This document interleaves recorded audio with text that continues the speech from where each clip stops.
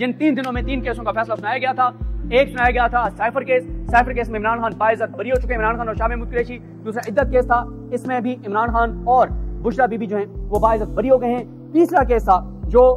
توشخانہ case تھا, وہ سزا عمران خان اور بشرا بی بی کے خلاف وہ سزا اسلام آباد ہائی کورٹ سے معطل ہو چکی ہے. بڑا فیصلہ آیا ہے. ہم اس وقت موجود ہیں جج افضل مجوکا صاحب کی عدالت کے باہر. یہ تاریخی وقت ہے, تاریخ میں اس کے حوالے دیے جاتے رہیں گے کہ یہاں پہ یہ کیس آیا تھا, کیسے کیس اڈیالہ میں چلا تھا, اور ہم اس کیس کو جو ہے وہ وٹنس کر رہے ہیں, اپیلوں کو, آج اس فیصلے کو سنا. بہرحال جی ابھی اس کے بعد کی صورتحال آپ کو بتاتے ہیں کیا ہوتی ہے. مجھے اپنے دعا میں یاد رکھیں. اللہ کریم اللہ حافظ.